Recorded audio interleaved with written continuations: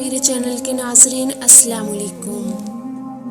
حضرت عبداللہ بن مسعود رضی اللہ تعالیٰ عنہ کہتے ہیں کہ میں ایک نو عمر لڑکا تھا اور مکہ میں کافروں کے سردار عقبہ بن ابی معیط کی بکریاں چرایا کرتا تھا۔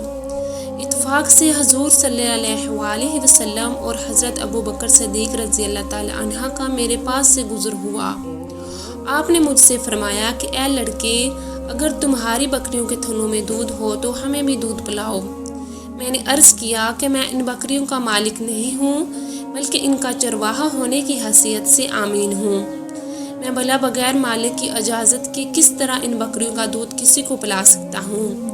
آپ نے فرمایا کہ کیا تمہاری بکریوں میں کوئی بچہ بھی ہے؟ میں نے کہا جی ہاں۔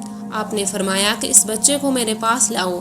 میں لے آیا۔ حضرت ابو بکر صدیق رضی اللہ تعالیٰ عنہ نے اس بچے کی ٹانگوں کو پکڑ لیا تو آپ نے اس کے تھن کو اپنا مقدس ہاتھ لگایا تو اس کا تھن دودھ سے بھر گیا۔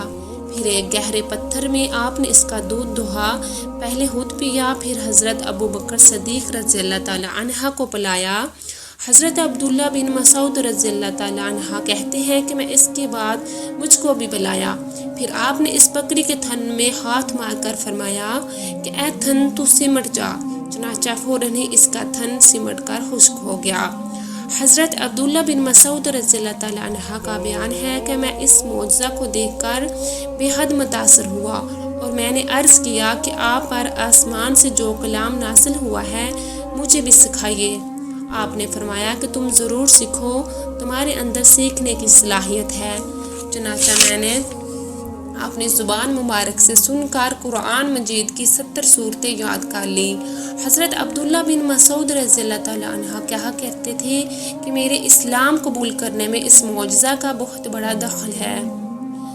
پیارے دوستو، اگر آپ کو میری ویڈیو پسند آئے تو اسے لائک اور شیئر کیجیے گا اور میرے چینل کو سبسکرائب کیجیے گا۔ شکریہ۔